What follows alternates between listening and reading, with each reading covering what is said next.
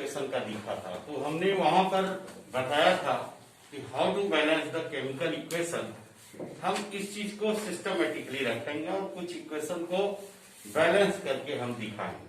आपको हो सकता है कि आयनिक कॉन्फ़िगरेशन वाले में कंफ्यूजन हो, लेकिन हम आज ये आपको स्टेप बाय स्टेप एक्सप्लेन करते हैं। पहला स्टेप हमारा balance, how to balance a chemical equation. Chemical equation को कैसे बैलेंस करें। पहला नियम स्टेप 1 सभी के लिए है, आज के लिए भी आप सीखे नहीं हैं अभी तक। ये बहुत ही आसान स्टेप है। If you interested anyone, even standard 7, 8, 9, 10, but these kinds of questions will arises in standard 10 only. Be careful. Class 10 के लिए यूजफुल है। Right the skeletal equation. पहला स्टेप जैसा दिया गया है उसी को लिख लेना, वह मैंने लिख दिया। दूसरा स्टेप, जिस कंपाउंड में सबसे ज्यादा आइटम है उसको पहले चूज कर लेना, सेलेक्ट कर लेना। Select a compound that has the maximum number of items. Maximum number of item, ऐसे कंपाउंड को सेलेक्ट कीजिए जिसमें मैक्सिमम नंबर। यहां पे देखिए Fe3O4 सबसे ज्यादा है, इसीलिए मैंने Fe3O4 सेलेक्ट किया। दूसरा बैलेंस ऑक्सीजन, क्योंकि ऑक्सीजन में सबसे ज्यादा एटम है, अणु ऑक्सीजन के 4 हैं टोटल, देख रहे हैं आप। हमने ऑक्सीजन को बैलेंस करने के लिए, इस ऑक्सीजन को बैलेंस करने के लिए रिएक्टेंट और प्रोडक्ट हमने पिछले चैप्टर में एक्सप्लेन कर दिया है। ऑक्सीजन के 4 एटम को बैलेंस करने के लिए हमने 4 से इस H2O को मल्टीप्लाई कर दिया। आप देखें कि ये इक्वेशन, अब ऑक्सीजन 4 हो गया और ऑक्सीजन यहां भी 4 है, लेकिन हाइड्रोजन देख रहे हैं आप 8 हो गया। इसीलिए हम अगला स्टेप में इस हाइड्रोजन को बैलेंस करते हैं। तो step number 4, balance hydrogen by multiplying H2O by 4। इस तरफ वाले को LHS भी कहते हैं, इस तरफ वाले को RHS भी कहते हैं। ये LHS है और ये RHS। RHS में 4 को मल्टीप्लाई कर दिया हाइड्रोजन, तो आप देख रहे हैं कि हाइड्रोजन अब 8 हो गया। लेकिन अगले स्टेप में आयरन 1 बच जाता है, तो नेक्स्ट स्टेप में हम आयरन को बैलेंस कर लेते हैं। इस तरह से ये इक्वेशन हमारा कंप्लीट बैलेंस हो जाता है। आप मिला सकते हैं कि जितने number of item in reactant always equal to number of item in product equal है। Ferrous 3, hydrogen 8, oxygen 4। अब इससे मैंने यहाँ पे 3-4 सवाल लिखे हैं, हम इसको बताते हैं, तब हम टाइप्स ऑफ केमिकल रिएक्शन की ओर मूव करेंगे। देखिए पहला इक्वेशन ये था, हम यही ट्रायल एंड एरर मेथड को ही कंसीडर करेंगे। हम ABCD नहीं करते, हालांकि ABCD में जल्दी बनता है अलजेब्रिक एक्सप्रेशन में, लेकिन आप इसको ट्रायल एंड एरर मेथड से भी आसानी से समझ सकते हैं। कैसे? पहला नियम मैंने पहले इक्वेशन में फर्स्ट नियम बताया था, जिसमें सबसे हाईएस्ट कंपाउंड है, जिसमें हाईएस्ट, ब्लू बत्ती चल रहा है, ठीक है। तो क्या देखते हैं, सबसे हाईएस्ट फर्स्ट स्टेप में क्या देखेंगे आप, सबसे हाईएस्ट स्टेप 1 आप बता सकते हैं सबसे हाईएस्ट एटम वाले कंपाउंड कौन से हैं? C6H6।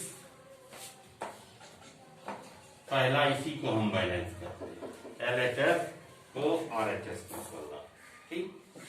C6H6 लाने के लिए हमको C6 चाहिए, तो हम यहाँ नेक्स्ट स्टेप में आप लिखिए C6H6 प्लस O2 C6 से मल्टीप्लाई कर देते हैं और plus H2O।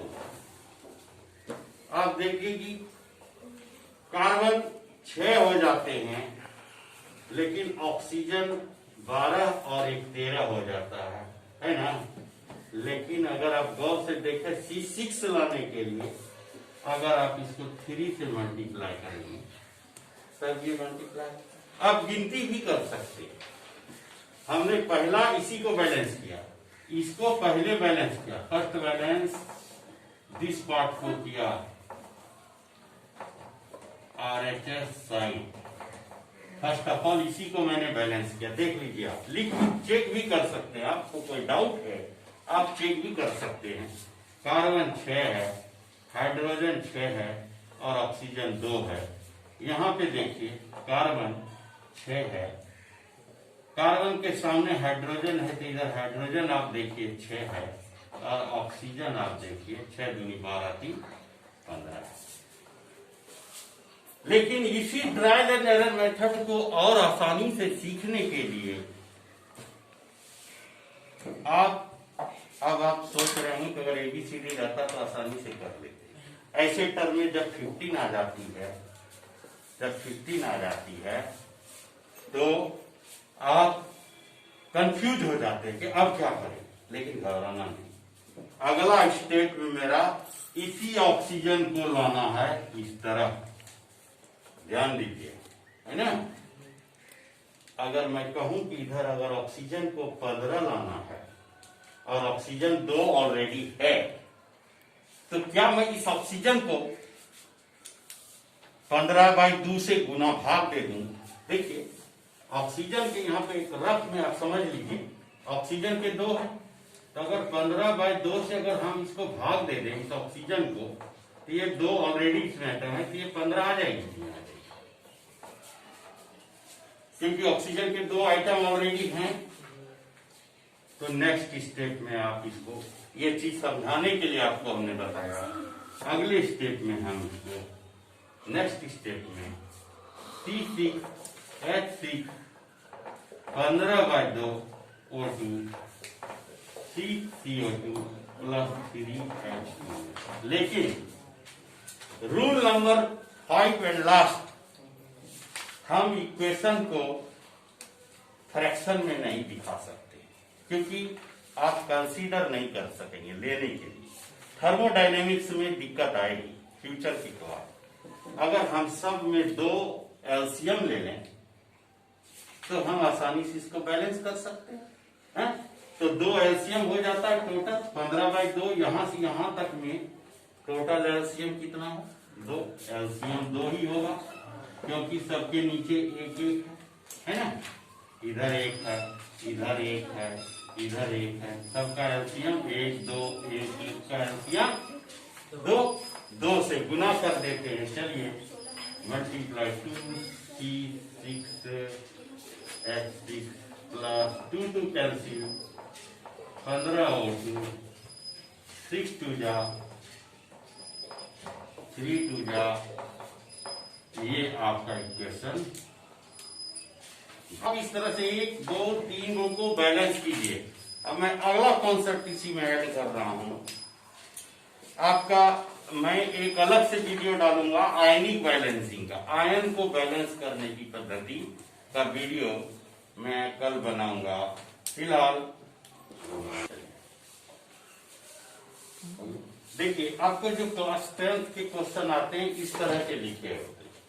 Potassium bromide एक्वेसिस solution, एक आपको ये भी 4-5 चीज को ध्यान रखना है। एक क्यू लिखा हो तो मतलब होता है एक्वेसिस, एस लिखा तो सॉलिड, तीर का चिन्ह ऊपर की ओर लिखा हो, देखिए तीर का चिन्ह अगर ऊपर लिखा हो तो गैस, तीर का चिन्ह नीचे लिखा हो प्रेसिपिटेट,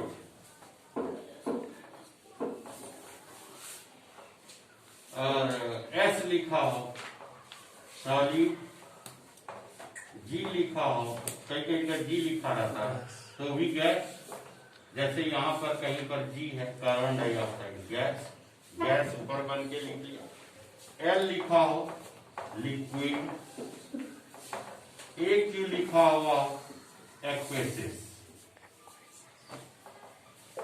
इस तरह के सारे चीज को आपको याद रखना पड़ेगा। इसका एक्वेसिस सॉलिड लिक्विड गैस तो आप समझ ही रहे हैं, एक्वेसिस सॉल्यूशन कहते हैं आप जिसमें से दो घोल कंप्लीट मिल गया हो। जैसे कि अगर हम कहें कि नमक थोड़ा सा घोल करके पानी में कंप्लीटली सॉल्युबल हो, ऐसे आप समझ लीजिए। यहां चौक पर चक्की चलती है जिसमें कोल्हू करता है और तेल निकालता है, आप देखे होंगे काला काला जैसा गोटा और तिल दोनों को डाल करके थोड़ा देर चलाता है, फिर धीरे धीरे क्या हो जाता है, वो गाढ़ा लासा टाइप का घोल हो जाता है, तब जाकर के तेल बाहर आता है, खल्ली बाहर आ जाती है। तो तेल में पहला जो राउंड में खल्ली बाहर आ गया मतलब सॉलिड बाहर आ गया, तेल आ गया बाहर तो लिक्विड आ गया, लेकिन उसके पहले का जो दोनों मिला हुआ रोटेशन हो रहा है वो एक्वेसिस रोटेशन है। तो ये कभी कभी केमिकल इक्वेशन में इस चीज को देखने मिलता। फिलहाल हम पोटासियम स्केलेटन लिख लेते हैं और फिर बैलेंसिंग करते हैं। पोटासियम ब्रोमाइड, पोटासियम ब्रोमाइड के दिया, ठीक है, plus barium iodine, barium Ba, इसकी वैलेंसी 4 को आयोडीन के 2 दूनी 4 से कंबाइंड करते हैं I2। पोटासियम आयोडाइड के I plus barium bromide BaBr,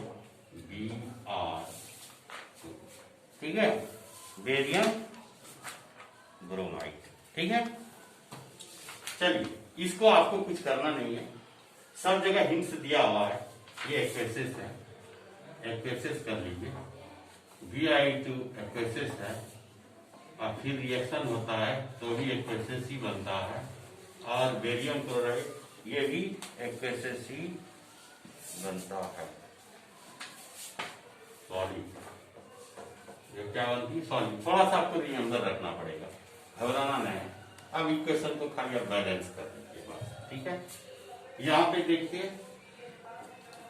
Br2 है, 2 यहाँ पे कर लीजिए, 2 कैरी, ये इक्वेशन बैलेंस है। बस यही आंसर आपको लिखना है एग्जाम में, लेकिन कंपाउंड इस तरह रहेगा। कंपाउंड के नाम इस तरह से रहेंगे और आपको याद रखेंगे, नहीं याद रखेंगे तो ये एनसीईआरटी एग्जाम्पलर का ही सवाल है, ठीक है। एनसीईआरटी जिंक कार्बोनेट ZnCO3, आपको हमने कार्बोनेट के अलग अलग वो लिखाए हैं, oxidation number as well as valency. Zinc carbonate reaction चिन्ह zinc oxide ZnO, carbon dioxide CO2, ठीक है। बैलेंस करने की आवश्यकता है? मेरे ख्याल से नहीं, ऑलरेडी ये बैलेंस है, देख लीजिए, सॉलिड है, सॉलिड है और गैस है। ऑक्सीजन 3 है ही, Zn है, कार्बन 1 है, ये बैलेंस। तो इस तरह सबके सवाल हम एग्जाम में फेस करेंगे। यहां पर यह भी लिखा रहेगा कि किस टाइप के equation, what kinds of equation this are. So बिल्कुल नहीं ये करिए, अगले टॉपिक्स में मैं टाइप्स ऑफ केमिकल रिएक्शन रखता हूं, ठीक है।